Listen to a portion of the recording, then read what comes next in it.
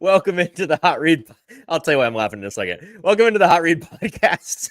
I'm your host, Easton Freeze, director of published content here at BroadwaySportsMedia.com. We're also brought to you by the 440 Podcast Network. This is the Hot Read podcast for Wednesday, May the 22nd. You can follow me on social media at Easton Freeze. I am joined as always by producer JT, who you can follow on social media at JT_Ruhnke. JT, the reason I'm laughing, I came across a poorly timed tweet right before the show began. Did you see this? Has nothing to do with what we're talking about today. Did you see this? That a postal worker in Ohio, your home state, the lovely state of Ohio that should be disbanded and divvied up to the surrounding states, has been caught using his postal service van to race against a Ford Mustang before being pulled over by police for doing 100 miles per hour in a 60-mile-per-hour zone. I did not see that. No. Can you imagine a postal van going 100 miles an hour? No, I put like a bicycle engine in there, like the dude's pedaling. Like I thought those were the least powerful cars on the road. I think there are some little Tykes battery powered vehicles more powerful than postal vans, but apparently they can do 100 in those things. And they drive on the wheel is on the opposite side, so that makes it even more like weird. That's wild. Only in Ohio. What a strange vehicle that we just allow on our streets. Only in Ohio. Is that like Cincinnati area, or like did they say? No, I'll have to do some research on this. We'll go into the details behind that story. That's such a wild way to open up the show, though. It is. What else do we want to talk about today? We're talking about the Titans in OTAs. Today was the first OTAs that media was allowed to attend. I believe the second OTA session for the Titans. I think they started yesterday. Could be wrong. It's only been a couple of days here. We're at the beginning of things. It's going to go the next couple of weeks. And we've got some sights and sounds from today's OTAs. You guys know the drill.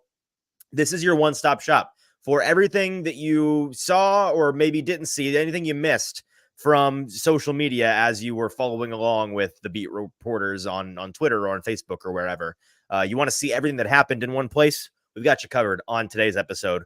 We're going to dive into some first impressions for the Titans' new receiver room, dive into some Skoronski updating, some changes for the Titans' second-year former first-round offensive lineman. We'll look at some comments from Tyler Boyd, some comments from DeAndre Hopkins, an update on T'Vondre Sweat, some thoughts from Amani Hooker, who is, besides Jeffrey Simmons, really like the veteran leader of the Titans' defense, and what he thinks about the new defense that Darren Wilson is bringing in. All of that and more coming up on today's show. But before we dive into any of that, if you are watching with us live, we appreciate you being here on a Tuesday afternoon. Do us a couple of favors. First of all, if you're watching on Twitter or on Facebook, leave those places. Go on over to YouTube and search Broadway Sports Media on YouTube.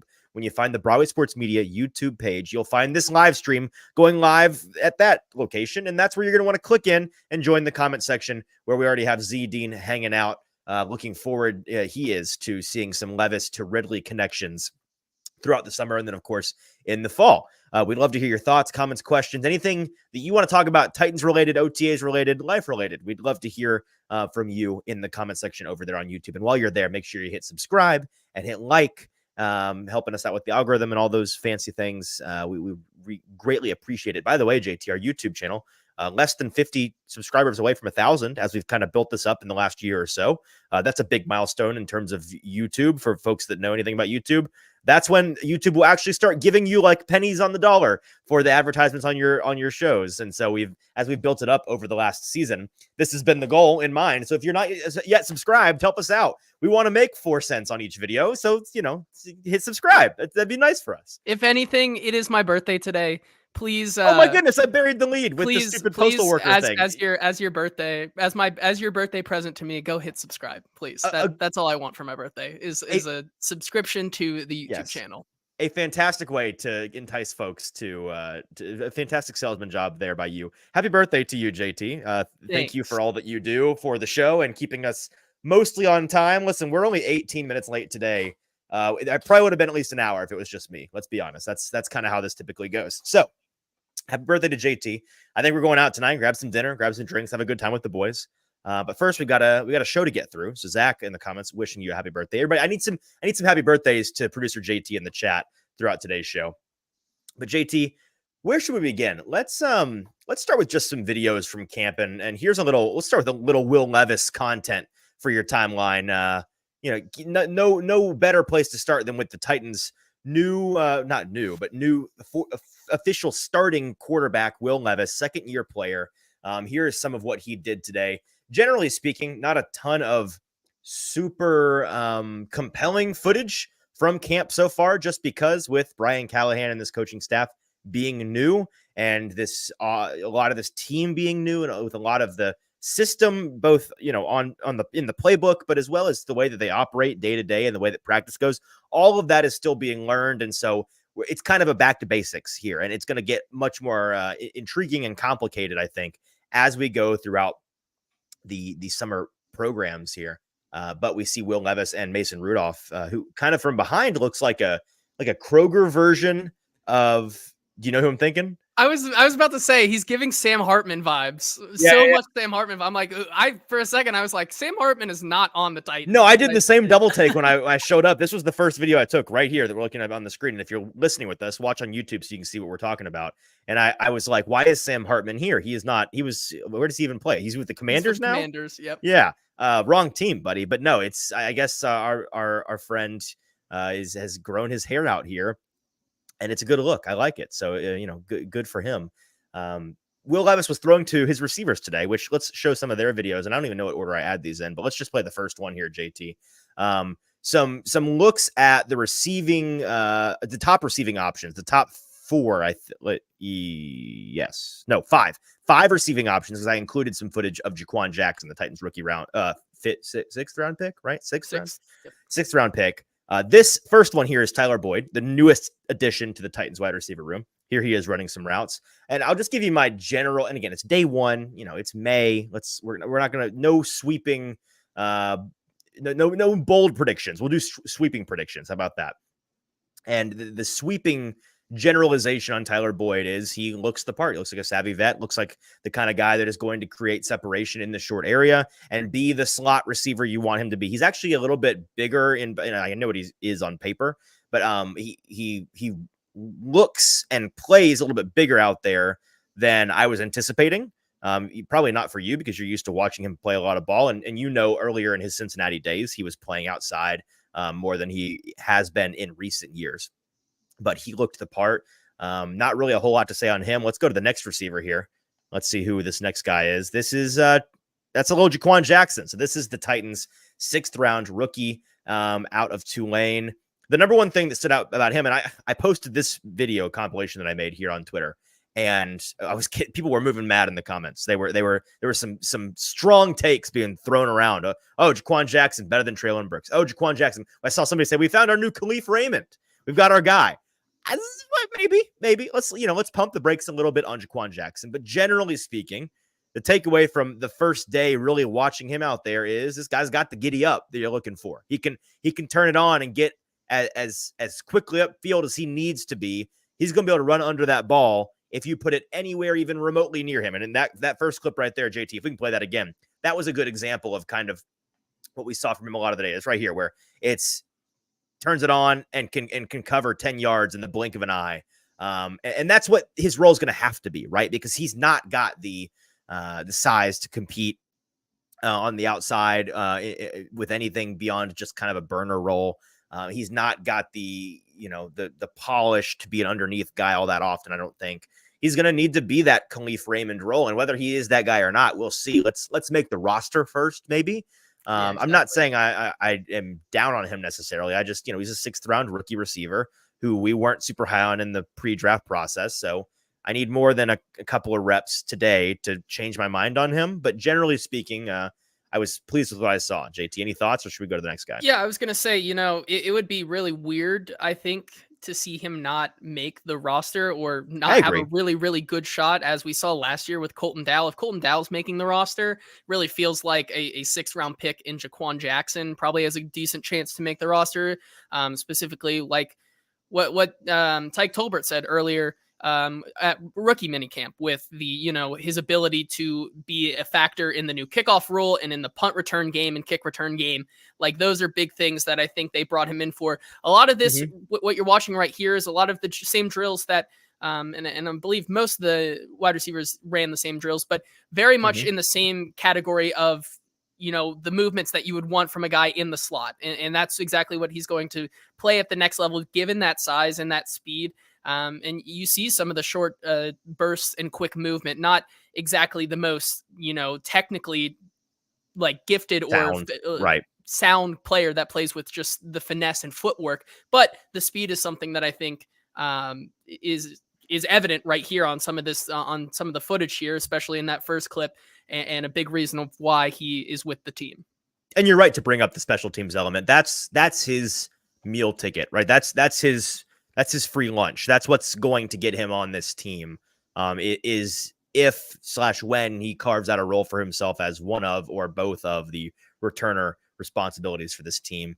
Not to mention the fact that I believe we have it documented that in the past, Brian Callahan coached teams have kept more like 7 or 8 receivers as opposed to 5, 6, 7 receivers. So if they're keeping more receivers, which there are a lot of them in this room, they've brought in a lot of guys, and based on the way that the offense is going to operate, that we think with Brian Callahan and the way he wants to run things, it's going to be receiver heavy. They're going to need receivers. I bet you they keep 7 or 8. We'll see in July what we think, but I think that he's a pretty sound option to be on the roster there. So this next guy is Calvin Ridley, and I want to spend some more time on him because he was the most interesting guy that I saw out there today.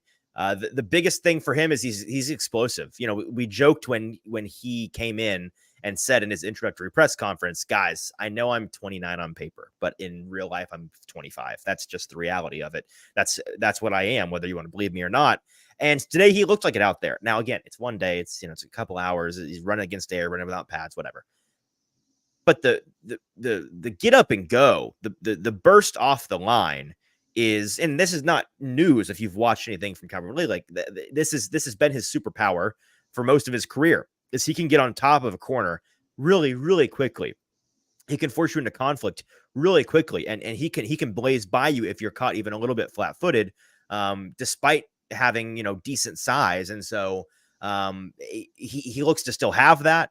He seemed energized out there. I was impressed in particular with just the way, it's a lot of new names and faces out here, and yet he seemed to be taking on the leadership mantle of the receiver room, based on the way that he was interacting with these guys. Almost in between almost every single drill, he's talking to his fellow receivers or to the quarterbacks or both, talking out, motioning out, or physically walking out the steps or the fine details of the technique. He's the one doing that. It's not DeAndre Hopkins. It's not Treylon Burks. It's Calvin Ridley, who's been here for 10 seconds. And I think his eclectic personality lends itself to that a little bit. He's a people person. You can tell just by the way that he operates. And I think that he is obviously important as the Titans, projected wide receiver 1 outside guy, but even more than that, he may be a force multiplier in the sense of that wide receiver room truly having a vocal leader now. Yeah, and I think that was pretty evident earlier today as, yourself and a lot of other reporters out there today were taking notice about how, Treylon Burks was paying close attention to what Calvin Ridley was doing, kind of asking him for tips on technique and some other, pointers to help him with his game. And Calvin Ridley was very willing to help him with that. And that's something that, like you said, they really haven't had a leader type role in this wide receiver room in a while. And I think that's something that Calvin Ridley, may have not been able to really do in his time in Jacksonville, just given the circumstances, but the new fresh start for him with all of that behind him may be a real reason of why he's been able to show this side so early. Yeah. So we can move on, but I'm super stoked to watch him in camp. And I think that he's going to be a really interesting guy to keep an eye on throughout the summer. Here's Treylon Burks, a familiar sight for Titans fans. And, some of these clips, like I posted this and some people were with those first 2 clips saying he looks lazy, he looks slow. Those first 2 drills were, more jog through speed than run through speed. And then that last one where he gives up on the ball, it's because there was a bad pass. And I muted the video, but in the audio of the original clip, you can hear the coach who threw it say, "Sorry, Treylon, bad pass." So we're not laying out for passes on, May 21st. Let's relax on that front. In terms of the first impression from Treylon, who we're used to seeing, he looks trimmer. He looks, last year he got married, I think, right before the season, at the beginning of the season, somewhere in there, or last summer, somewhere in the calendar year 2023. And it was talked about, not, I'm not calling the guy fat. I'm telling you, this is a relatable element here. When you get married, you put on a couple marriage weight, a couple marriage pounds. That's just anybody that's been married, a little honeymoon weight. That happens. You're happy. You're enjoying good food on your honeymoon. You're living together and everything is bliss. And you're just maybe not working out as much as you should. He got a little bigger last year, it seemed. And maybe that was by design. Maybe it's not actually honeymoon weight, but whether it was intentional or an accident, he seemed bigger last year than he does this year. And I don't mean that to say he has lost his physical presence. It just seems like he is toned up. And that's kind of reflected by what we heard from Brian Callahan the other day at the podium, where he says, Treylon led our team in distance run and in top speed during practice, whatever, the other week. He's very highly conditioned. He ran 3.5 miles today. He topped out at 22.5 miles per hour, whatever it was. That's the guy that I saw out there. So I'm not surprised by that. And we're going to talk about Treylon in the context of what DeAndre Hopkins had to say about him a little bit later in the episode. But I was talking to our buddy Danny Kelly, who's a national guy. He covers the league from a fantasy and draft perspective with the Ringer. I was texting with him after the practice because he was asking me about what we saw, and what I told him is what I'm going to tell you guys. I think that him being in that wide receiver 3-4 role is going to be what's best for him. I think that lighting a fire under his butt and making him fight for snaps it may not be good for him, but I'm at least intrigued to see how he responds, to not have the expectations in the summer be you're the one or the two, you're going to get opportunities, you just got to make the most of them. No, now it's not only do you have to make the most of your opportunities, you're not going to get as many unless you earn them. And so I'm just intrigued to see how he responds to that role, as well as the fact that, learning under these three savvy veterans ahead of him in Boyd and Hopkins and Ridley that's going to help any of those guys in that room. And I think that that's something that he's going to, if he can lean into those two things, that's going to be a big deal for him this offseason. And, whether it's a breakout in 2024 or not, you may see the best ball from Treylon Burks in 2024. That's the goal. And then this last guy, let's pull him up real quick. This guy, it's DeAndre Hopkins. First impression is it's same old D-Hop. He's out there doing the veteran minimum. I combine those words in terms of participation. So not as many clips of him running routes because it's May and because, you're in load management territory when you're in your 30s like he is. That being said, when he was going all out, when he was participating fully in the drills, he looked like the same old guy. Him and Levis are, I think, going to start the season as each other's favorite buddies, just in terms of, hey, they're the only two besides Treylon, but, in a different capacity. They're the only two starters on this team at quarterback, wide receiver that have any chemistry together.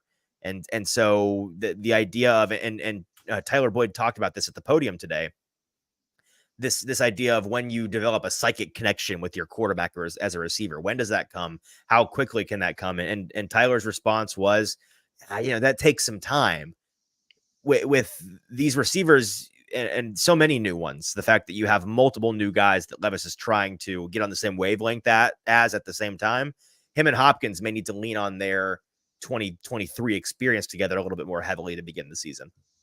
Yeah, I would agree with you. I think that's going to be one of the major things, especially when you look at all these receivers and how many times they were throwing the ball today. I think this was something that was pointed out, that some people said that they've never seen the ball thrown more than they did today in practice, which it is a practice. I would hope that they would be throwing footballs. The quarterbacks would be throwing footballs to the receivers so that they can catch them, because that's what we're practicing to do on the real field. However, that's the idea. It's you're gonna get maybe an increased pass attempt number from Will Levis this season. Yeah. I'm guaranteeing you in those first couple of games, D-Hop is going to be the major target as they find their new rhythm in this new offense and scheme. And like you said, right there, the connection is something that's already established, that he has a leg up on all of these other receivers. So that's going to pay big dividends in the beginning of the season. And to that point, not to go fully down this road, but the idea of, he's going to have more pass attempts per game. That's a given. This offense is going to demand that. there is a world, and I saw some people ragging you over the idea of like, well, he might be throwing 45 times a game, might be throwing 50 times a game. First of all, based on one practice, you can't say that. Second of all, there becomes a range of diminishing returns with pass attempts. Like if you've ever played fantasy and really tracked like pass attempts per game, you may have realized the correlation of, hey, a Dak Prescott, he threw 60 times today and he was amazing in fantasy. But that wasn't because it was a good day for the Cowboys. That was because they needed to score 45 points to win, or, they lost despite Dak throwing for 400 yards and 4 touchdowns. There are very few quarterbacks in the league where I think any coach worth their salt would tell you, by design, we want this guy throwing 50 plus times per game. Like maybe with Patrick Mahomes, you want to do that. But even then, you watch September, October football. They're not doing that. They're trying to not do that as much as humanly possible. Josh Allen can be that way. Dak Prescott can be a volume guy like that. Matt Stafford can be a volume guy like that.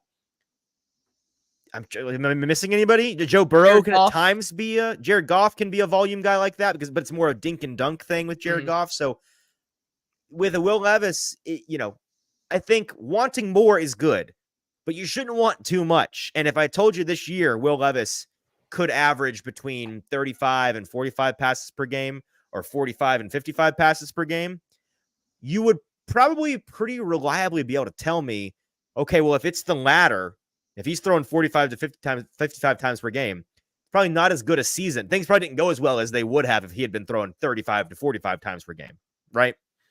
Probably, because then you also have to consider, we get it. It's the first day. It's the first real practice of May here that media was available for today. You're, like you said, you're going up against air with no pads. And we know how much Will Levis's hero ball style of throwing the ball last year got him into trouble, or should have got him into more trouble than he did. Right. And I think that's the crux of my entire argument in this thing, is that how much, like, if you can tell me that he's going to fix those progression issues and that quick decision making that almost cost him a lot more than it really did this past season, then I'm all for it. But until I see, and we'll see more as they get into padded and we get closer to the regular season, until we see more of that, it's fine to think that he is going to throw 35 to 45, but for this offense to work, especially entering such a pivotal year for Will Levis, I still would be pretty shocked to see that. Yeah, I agree. Okay, let's get to some of these interviews before we get out of here today. A relatively short episode for you guys, but this is the meat of today's conversation. And our first clip here is from Brian Callahan's press availability at the dais today. He was talking about what his role is as the head coach on this team. And if you caught the fantastic interview between he and the Bussin' Boys on Bussin' with the Boys, their podcast, I think it dropped this morning. Listened to it before. I was listening to it on the way actually to the Titans facility. Very good stuff with Brian and Taylor and Will. And they were asking him, I forget how it came up, but Brian ended up talking about how he's had to realize in this transition to being the head ball coach that his words carry more weight than he sometimes realizes. And so like if he's busting somebody's balls, he can see in their face that like, it comes across differently than it would be if he was an assistant. So like he walks into his assistant coach's office and like gives him a hard time for messing something up. He can see some fear in their eyes. He's like, well, calm down, man. Like I forgot that I have the power to fire you. Whoops. Yeah, that's on me. Or, one positive comment to a depth guy just trying to make the roster, the way it can light them up and make their day. We were kind of asking him about that and what other things have changed for you as you've tried to figure out what your role is as the head ball coach. And in this question in particular, out there on the practice field, what are you doing? And here was his answer.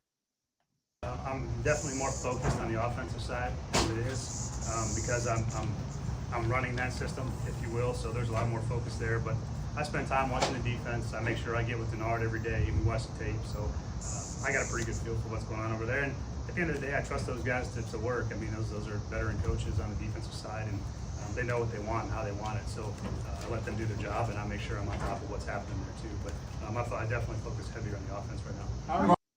And no shock, we're going to be hearing a lot of cicadas in the background of today's videos, because if you are in Nashville, or I think just anywhere in the South right now, I'm pretty sure it's like the whole U.S., we are in hell. They're everywhere.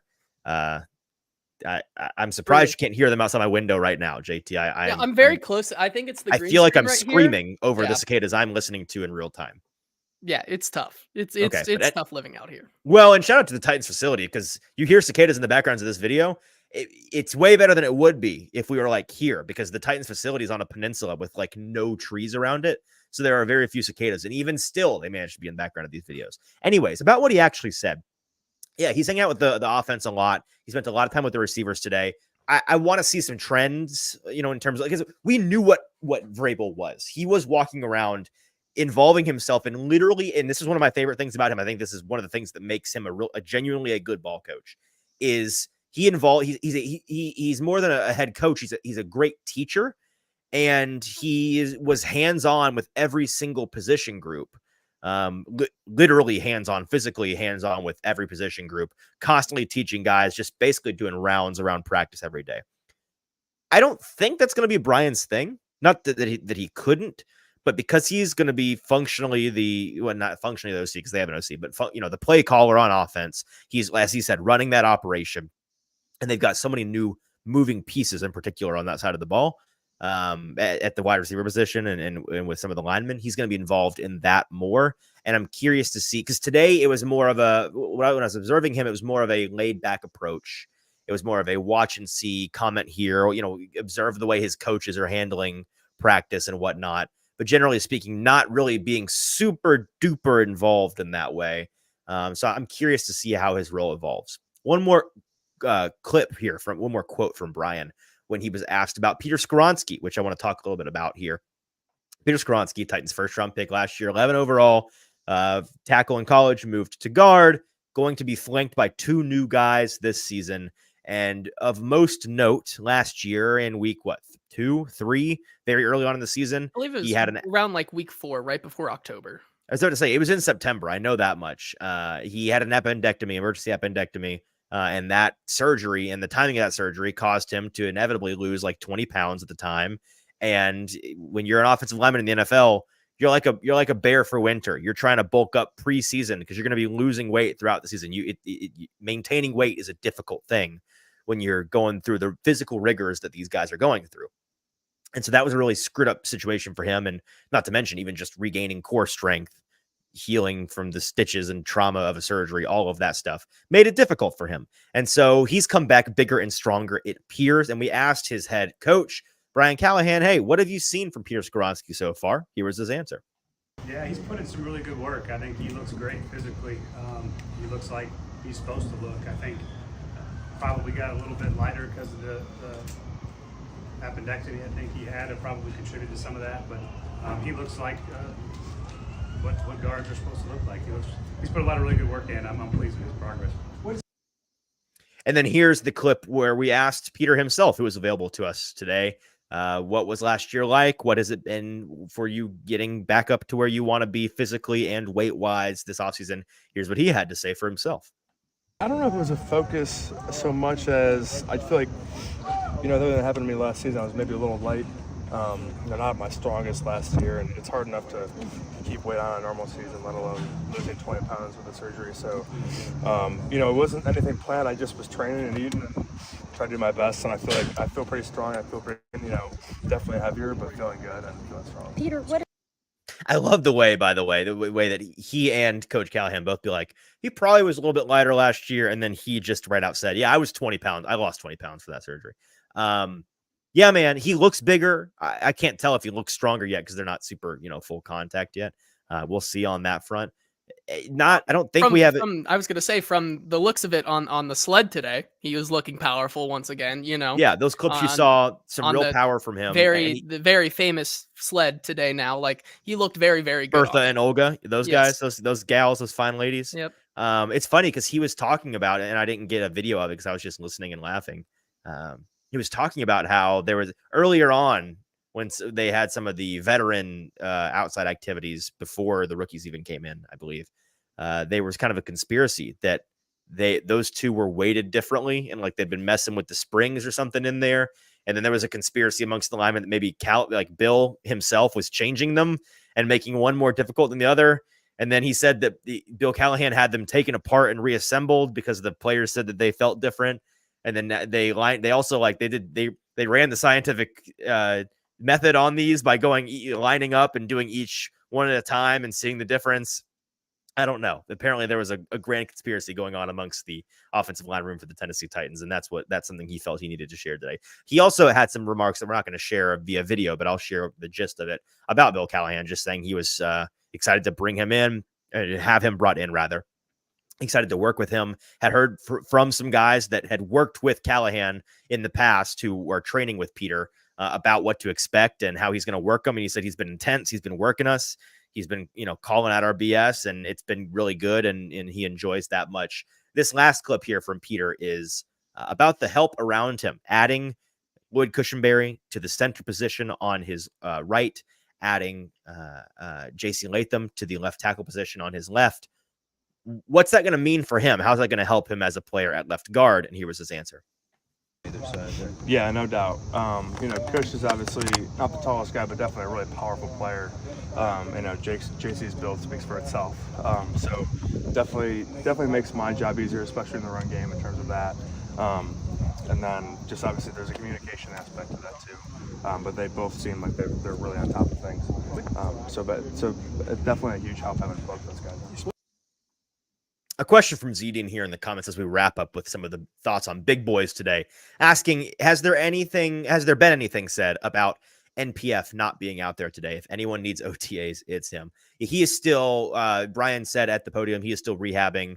He did not comment on whether or not that is from the injury he sustained last season or not, like still rehabbing from that or something new. He did not say, but he's in the building rehabbing. And speaking of rehab, T'Vondre Sweat was not out there today, who was also a part of the contingent inside rehabbing something. Don't know what that was between today and 10, 12, 14 days ago that we saw them out there at rookie camp. Something has happened for him to be getting some treatment inside. We're going to play a clip here in a minute from Brian Callahan talking about T'Vondre Sweat, just giving us an update on how he's come along. But the idea, and Kenneth says it here in the comments, already tired of the rhetoric of Sweat and MPF missing time, clearly going to get zero grace from fans. It's, again, it's May 21st. It's the first or second day of OTAs. I will not be worried about who is or is not out there until we get to, early mid-August at the earliest, and they're missing consistent time. Like during this, if you're new to this process, guys are going to be in and out of the lineup or, out there at practice on a regular basis. And sometimes it's rehab, sometimes it's treatment, sometimes it's a recently sustained injury that they run in early. Sometimes it's personal and has nothing to do. They're just out for the day. Whatever it is, it doesn't really matter until August. And so this is not just cope because I'm a fan of T'Vondre Sweat and have been since the pre-draft process, and I'm making excuses for him for missing practice today. That's not what it is, man. It's the fact that it's May 21st. If Will Levis wasn't out there today, I'd ask where he is. But if you told me he was, getting treatment on something, would I be freaking out? No, because dude's getting nicked up. You tweak a hammy, whatever. Is it a bad look? As Kenneth reading my mind here in the comments, is it a bad look with it being day one of OTAs? Sure. I mean, we did see T'Vondre Sweat looking big and fast and dominant, less than 2 weeks ago. So, we've seen him out there already. It's not like this guy can't stay out there. He's been there one day media was there. He's not been there one day media was there. And that doesn't even count for all the days in between that they've been out there that we've not seen. So, let's just pump the brakes a little bit on this idea. Oh, he must be a two-down player. He must be too fat to play in the NFL, or he's a character concern. He can't hang out there. Didn't want to practice because it's May 21st and he can't get out there for OTAs. Relax. We will get worried about that when we get there. All of that being said, here is his head coach, Brian Callahan, giving an update, a positive one, mind you, on what it has looked like from T'Vondre Sweat so far. It's been great. Really been pleased with his progress. He's one of those rehab guys currently, but everything he's done up to this point has been really good. I'm excited about the potential there for him. And anytime that these guys get the pads on in training camps, when we really find a separator for who ends up taking a tackle spot. But I've been pleased where he's at. Coaches. All right. Big boys out of the way. Now let's talk about some receiver topics here. And we've got a couple of clips from Tyler Boyd and then one from DeAndre Hopkins. We'll start with Boyd. We asked him, this is his first day. He said he got in yesterday. Today was his first day at the facility and really his first time in Nashville in any, the Bengals have come here for business trips, game trips, but he's never really been in the town in earnest. So he says he's going to have to check it out. We asked him why Tennessee, why Nashville? Why did you choose this team? And he gave a somewhat predictable answer. Trying to figure out what team that fit me the most and where I'm most comfortable with. Obviously Callahan is here. That's my guy, and he's a heck of a coach, and that's why he's here. And just being able to fit in that scheme, which I do well. I've been a part of this offense for a while now, 5th, 6th year. So I just felt like it was the right fit. Yeah. So following Brian Callahan, could have told you that. He felt like it was the right fit. I'm trying to think what else he said about the fit with Tennessee. He kind of alluded a little bit to the idea that, it's a familiar situation. He's going to be able to compete with these guys in this room. And that's where this next quote from him takes us. The idea of, hey, Tyler Boyd, you're playing in a room with some really talented receivers. You've done that before in Cincinnati when you were playing with Jamar Chase and T. Higgins. Now you're with Calvin Ridley and with Treylon Burks and with DeAndre Hopkins. What does that do for you guys as a unit to have that force multiplier effect of all of you in the same room? And here was his answer. Yeah, a lot, man. Because as long as we can all feed off each other and just compliment each other, I think that's what's going to take us to that level. Because we all know we all can play. It's just how do we compliment each other? How well can we do things off of each other? How can I help really? How can I drag the nickel down and help him? Free him up to get over, So at that point, it's just a lot of complimentary football, because those, like I said, those guys are heck of a talent, and myself as well, So we just got to do just a good job of just locking in, knowing the scheme of the offense, and just being detailed. And I think just with that being said, the confidence level just take us to the highest level. And if you don't want to take Tyler Boyd's word for it, here is DeAndre Hopkins talking about the very same topic. This talented receiver room he is in, he says here, one of the most, if not the most talented receiver group on paper that he's been a part of. And here were his thoughts on that. I think this is one of the best wide receiver groups I had a chance to play with on paper. So obviously, I can come up here and say a bunch, but we haven't played a game yet. So we'll see how it goes once we hit the field. What's that going to take to turn success on paper into success on Sundays? Just taking it day by day. Tyler Boyd been in his program for a while. Just taking it day by day. A lot of us are still learning. How things go. So just coming out practicing. Now, any thoughts on that before I change the topic on DeAndre Hopkins? No, I was just going to say the biggest thing I think with this new group is that, yes, they are very talented, but I think you hit the nail on the head where Tyler Boyd says playing complementary football is as big of an aspect to this, to making this work and working with your teammates. And I think that's something that the Titans really have never had before, having these guys all know that they have to play complementary football together with each other. And I think that's something that is going to be a new look and refreshing idea that Brian Callahan is bringing for this offense as well, not just because Tyler Boyd is here, but because they have all these guys who can be versatile in their skill sets in the receiving game.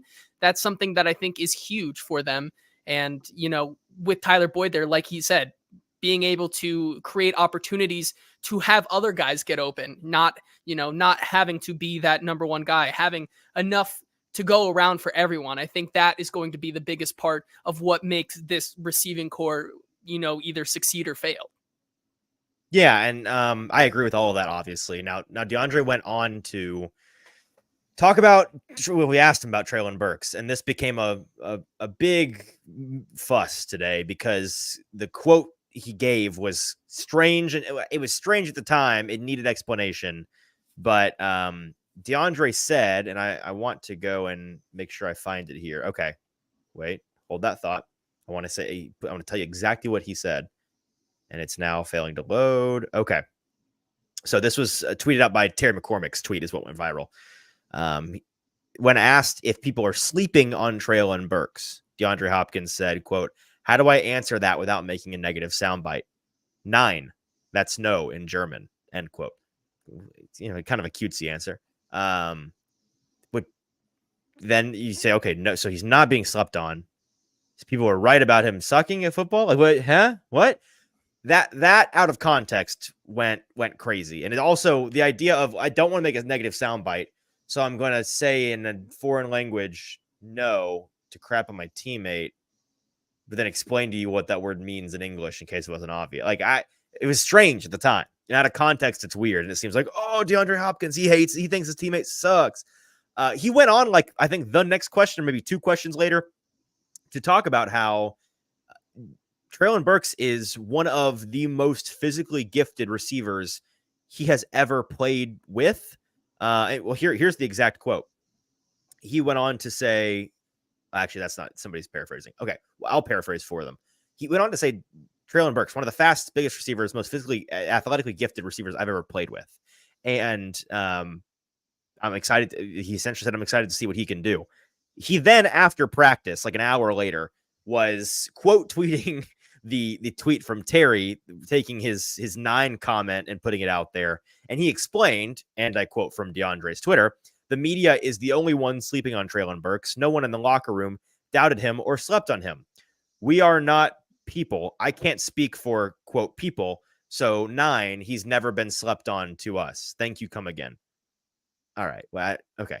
The point in all of this is the fake outrage in May over DeAndre Hopkins hating Treylon Burks, thinking he sucks. Let's relax. Let's chill out on that. Okay. It was a weird way of saying it, kind of a weird explanation, but the fact that he immediately then went into talking positively about Treylon Burks made me in the moment think, oh, maybe he just meant yes and said no on accident. I don't really know what he meant by that, but clearly he thinks highly of Treylon Burks. Yeah, I don't know. What did you make of that? I think I hate that we're even spending time on this. It's weird. Like, I'm just trying to figure it out because the question also is just weird. Like, I think, did he think that? Yeah, I'm trying to put it together in my brain. The locker room, people are apparently sleeping on Treylon Burks, but DeAndre Hopkins doesn't think anybody in the locker room is sleeping on Treylon Burks. Because he's saying we're not sleeping on Treylon because he's him. Like, nobody's sleeping because we know he's him. Like, that's what he was trying to say, I think. But other people are sleeping on him. Right. Well, but and again, he's like, you guys in the media are sleeping on. Well, hang on, relax. Fans everywhere are sleeping on him, actually, because he's not done much. So, and there's a cicada attacking my window. Just sorry. Demon creatures. Yeah, I don't know. It was weird. This is a high quality podcast where we're 45 minutes in talking about. We're trying to figure it out. We're trying to get to the bottom of it. I don't know what it meant. What's the tweet? It's nobody knows what it means, but it's provocative. Like, that's what that's what that was from DeAndre Hopkins. And we can move on here to one last clip from Monty Hooker. He came to the podium today, and we asked him about what the defense under Denard Wilson, I couldn't think of Denard Wilson's name, sorry, what the defense under Denard Wilson is going to look like, how it's going to be different from the 2023 version of the Titans defense. And here's what he had to say. I'd say, a lot more, aggressive. That's kind of what the theme was coming in before we even got Coach Denard here. And so far, that's what it's been. It's been aggressive, but also, there's times when you can be aggressive and times when not to. And, our coaches are doing a good job of teaching that. How do you like work? And again, not a shocking answer, but the fact that this is the message being conveyed, I think, is important. Hey, this is going to be a very aggressive, downhill, fast defense, and you're going to have to play accordingly to be out there on the field for Denard, because that's the way that they're going to operate. I think it's exciting, and I think Titans fans, if nothing more than just an exciting change of pace, maybe it's not dramatically better at first than it has been in the past, but that you're at least not frustrated. Hey, why are we 7 yards shallow on a guy, or 7 yards deep with cushion on a guy when it's 3rd and 2? Maybe can we press the guy a little bit? Can we not give them the 3rd down with an easy turn and catch? That's going to be nice, I think, to be playing aggressively, going after the quarterback. One random thing on the defense, JT, by the way, I was talking with our buddy Kayla Anderson about the defense generally at camp today. And we were talking about how, Arden Key, we think his best utilization is as a rotational player. He maxes out his potential when he's playing 20, 30, 35 snaps a game, not 45, 50, 60 snaps a game, right? That's kind of the same deal with Rashad Weaver, who, by the way, just random comment from camp, he looks more trim. He bulked up last season. I think they wanted to use him more versatilely inside out. This year, I think they told him, let's trim it down. You're a long, fast young man. We need you to be long and fast and bendy. Like that's what you're going to be doing on the edge. Don't even worry about getting big. We need you to be long and fast and bendy and strong. And he looks that part, but he's still going to, it's a rotational ceiling at best for Rashad Weaver. I think everybody understands that now. And so that means one of those guys, and it's going to be Arden Key, is going to have to be the starter alongside Harold Landry. Like that's just the reality, even though it's not his best situation. I don't think it's the way it's going to have to be. And that lends itself to this idea that, man, up front, like the Titans could use help inside. They could definitely use help on the outside. Rushing the passer may be kind of a crapshoot this year. And so it made me realize a fun bet. And Kayla and I were talking about this. We didn't actually make the bet, but it's a fun idea.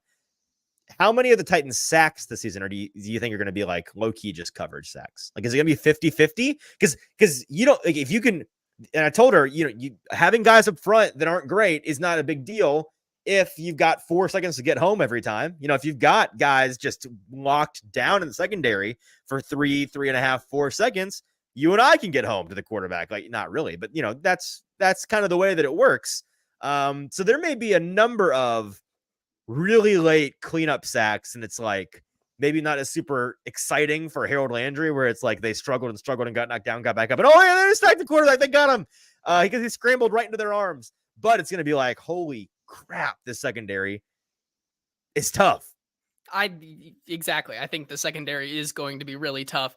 I think for the Harold Landry cleanup artist narratives out there, I don't think it's going to do 23 sack season pending for Harold Landry. He's going to be clean up on Al Landry every single Zach game. Lyons is going to go crazy every single week. We're going to have him on in week 7, where Harold Landry is already at 17 sacks, and we're going to gaslight him into putting Harold Landry in the Hall of Fame. That's what we're going to do. Yeah. That's a good plan. I'm with you on that. I can't wait. All right. So we already know what we're doing in week 7. That's good. Yep. We can write that down. Anything else? Some comments here. I think Ryan will address some of these comments, his questions in the comments, and then we'll get out of here. Ryan Walker, appreciate you being here, man. He says, how did Farley look? Caleb Farley was out there today. Was he doing anything besides stretching? I'll be honest, I didn't notice him doing anything besides stretching. He may have been. If so, he was just I was focused on the receivers and the offense today. I didn't pay a ton of attention to the defense. So next time we're out there, I'll be looking. That being said, he was asked about to Brian Callahan at the podium, the idea of Caleb Farley progressing, where, what's got to happen for him to get back on the field. And it was positive remarks from Brian Callahan. He says the strength and conditioning and the medical staff are doing a great job with him. And so it's kind of a unicorn sighting to see Caleb Farley out there at all in practice, let alone at this point in the year. I don't know. I think there's still reason to, like, maybe you can get something out of him. But just there's no, there's reason to be wishful. There's not reason to be hopeful. Does that make sense? Like, there's no basis for hoping for it, but you can wish for it. And if you put everything together, there's no reason in having expectations, but you can be happily surprised. Yes, exactly. So that's what we'll do, Ryan. We'll be setting the bar very low and surprised by anything that he does there. Z Deans has a prediction to end the show. Will the Titans sign a safety? They've essentially told you they're going to. So yeah, my prediction is yes, they will be. And that was another thing actually I brought up with Kayla Anderson. We were talking about the defense. She's like, they have to sign a safety, right? I was like, well, they kind of said they're going to. And when you look at this roster, in no world can they not. Like there are certain things from practices we're not allowed to say, so I'm not going to say them. That being said, I will say Amani Hooker is the only guy out there that you can rely upon to play safety. And I know there are other guys, like, by rely upon, I mean rely upon to stay on the field healthy. And based on some things that I saw today, that's not, that's the situation, and that's not enough. And so there's some other guys at the position. Who are the other ones that come to mind, JT, for you? I mean, Elijah Molden, if he continues on that track, man, is Mike Brown still around? Like on the depth chart right here, it's like Mike Brown, Shaim Carter, Matthew Shaim Carter, right? Like Yep. those were the guys from last year. Like I'm surprised I was able to pull Mike Brown out of my brain right there. I was surprised by that. So yeah.